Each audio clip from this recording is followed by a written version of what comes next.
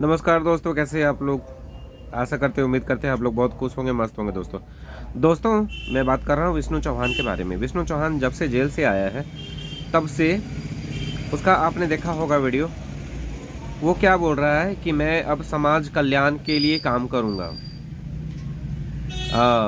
महिलाओं बच्चियों के लिए अपना शेयर 30% उनके नाम करूँगा, उनके लिए कुछ काम करूँगा।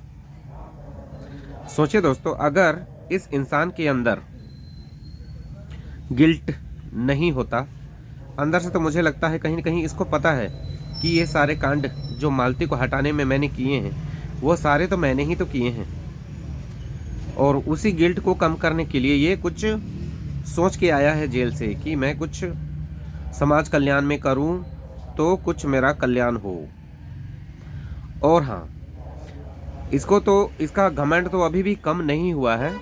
इसको अभी भी लगता है कि मैंने जो भी किया है अच्छा किया है। लेकिन ये समाज कल्याण की बात क्यों कर रहा है? मुझे क्यों क्यों ऐसा लग रहा है कि ये समाज कल्याण ये सिर्फ इसका ढोंग है, उसके रियलिटी नज़र नहीं आ रही। क्योंकि इसका घमंड, इसका जो ईगो है वो अभी भी कम नहीं हुआ है, बिल्कुल भी कम नहीं हुआ है। और ये आदमी इस चैरिटी के नाम पर लोगों की सिंपैथी बटोरने की कोशिश कर रहा है।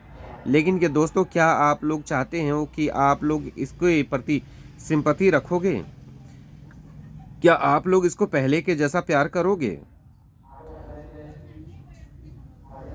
अगर आप मुझसे पूछे तो मेरा जवाब होगा ना, बिल्कुल नहीं। क्योंकि मुझे इसकी एक्टिविटी मुझे पहले भी पसंद नहीं आती थी और अब भी नहीं आती है।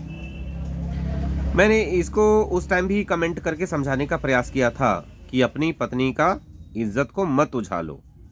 ये तुम्हारे घर की इज्जत है, तुम्हारे घर की लक्ष्मी है। तुम कहाँ जीरो से तुमको हीरो बनाया।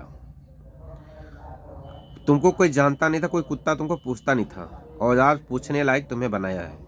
और बनाने वाली यही है मालती चौहान, और जिसको तुमने इतना जलील किया है। गलतियां किससे नहीं होती है? अगर पुरुष करे तो वो क्या आसान होता है, और वही महिला करे तो वो श्राप हो जाता है, गलती हो जाता है। और तुमने ही इसको मजबूर किया था, तुमने ही, और कोई मजबूर नहीं किया था, कोई मजबूर नहीं किया था। तुम ही इसके सामने अलग अलग लोगों को लाते थे और लड़कियों को लाते थे और लड़कियों के साथ रिश्ता बनाते थे। तो कोई भी पत्नी ये बर्दाश्त नहीं करेगी। इसीलिए इसने तुम्हें सबक सिखाने के लिए सारा चीज किया था। अगर तुम इसकी समझ जाते प्रॉब्लम तो शायद नहीं करते, और आए दिन झगड़ा करते थे, मार पिटाई करते थे। कितना बार मैंने देखा उसको रोते हुए। कभी तुमने उसकी फीलिंग्स को समझने की प्रयास की ही नहीं, कभी भी नहीं। अंततः तुमने वही किया जो तुम चाहते थे कि ये हमेशा दूर हो जाए, हमेशा के लिए दूर हो जाए। गई, अब जाओ अय्यासी करो। और क्या कहते हो कि मैं शादी नहीं करूंगा, मैं रंडवा ही रहूंगा। मुझे नहीं लगता, क्योंकि तुम जैसा अयास इंसान कभी भी नहीं रह सकता, कभी भी नहीं।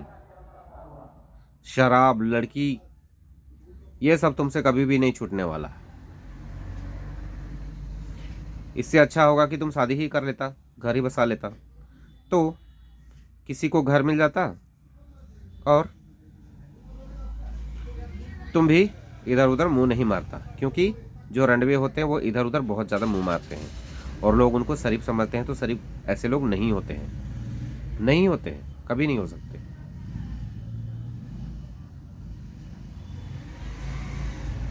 दोस्तों मैं ज़्यादा कुछ बोलना नहीं चाहता हूँ इस इंसान के बारे में। आप लोगों की क्या राय, आप लोग कमेंट जरूर कीजिएगा। दोस्तों बाय, टेक केयर।